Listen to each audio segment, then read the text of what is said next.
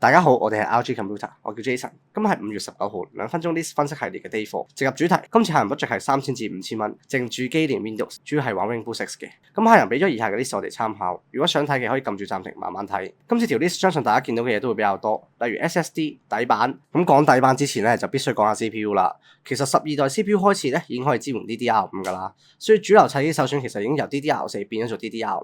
睇到呢度，知你諗咩啦，衰鬼？可能你會話我哋離地啊嘛，人哋得3000至5000蚊 budget，用咩 DDR5 啊？但又咁講喎，你3000至5000蚊 budget俾條咁嘅 list我哋參考，又何嘗唔係強人所難呢？